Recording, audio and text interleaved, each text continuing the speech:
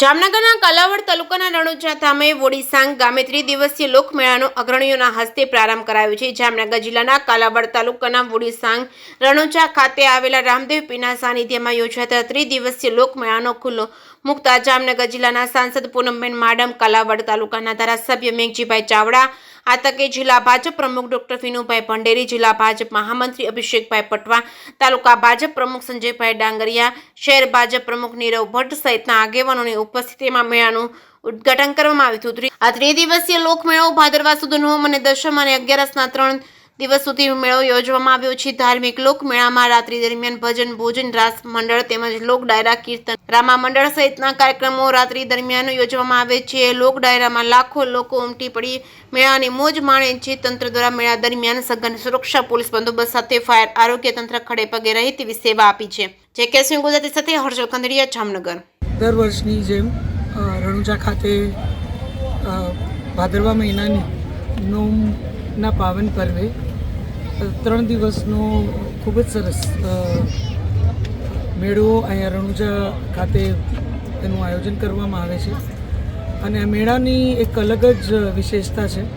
એમાં લોકો સમગ્ર ગુજરાતમાંથી, આજુબાજુના રાજ્યમાંથી, રાજસ્થાનથી લોકો અહીંયા બે દર્શનનું પણ આ 3 દિવસનું મહત્ત્વ છે। આજના દિવસે 52 ગજની ધજા રામદેવ પીર મહારાજને ચડાવવામાં આવે છે। સાથે આજના દિવસથી લઈ અને 3 દિવસનો મહોત્સવ, એમાં ભોજન, ભજન અને ભક્તિ, આ ત્રણેયનો ખૂબ સુંદર સમન્વય હોય છે। સાથે આપણી પરંપરાગત આખો ભાતીગઢ મેળાનું આયોજન થાય છે। એટલે લોકો સમગ્ર જામનગર, દ્વારકા જિલ્લામાંથી, સમગ્ર સૌરાષ્ટ્ર, ગુજરાતમાંથી અને રાજસ્થાનથી પણ અહીંયા ખૂબ મોટી સંખ્યામાં દર્શન માટે અને આ મેળાને માણવા માટે પણ આવતા હોય છે।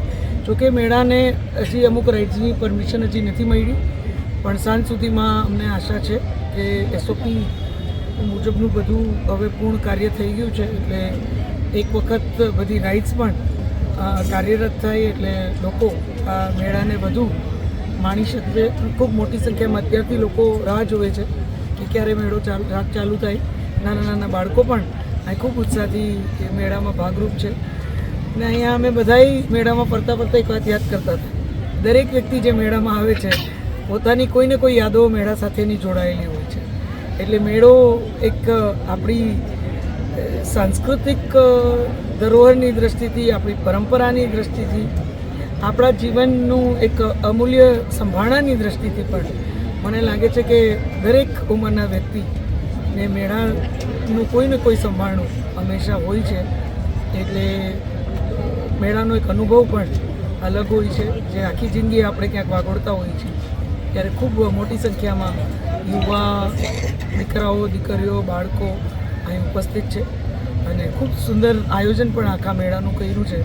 તો બધા નાગરિકોને માત્ર પોતાની સેફટી, સિક્યોરિટી, તંત્રએ તો બધી વ્યવસ્થા કરી છે, પણ તમારી સેફટી અને સુરક્ષાને ધ્યાનમાં રાખી અને ખૂબ જવાબદારીપૂર્વક પણ ચોક્કસપણે તમે આ મેળો માણો એવી આપ સૌને આ તકે અપીલ કરું છું। ને અહીંયા આપણા રણુજા ધામ ખાતે પણ આવી અને અહીંયા નિજ મંદિર એટલે કે આ પાવન મંદિરમાં પણ તમે રામદેવ પીર મહારાજના દર્શન કરી અને આખા 3 દિવસના ઉત્સવને ઉજવો એવી આ તકે શુભકામનાઓ પાઠવું છું।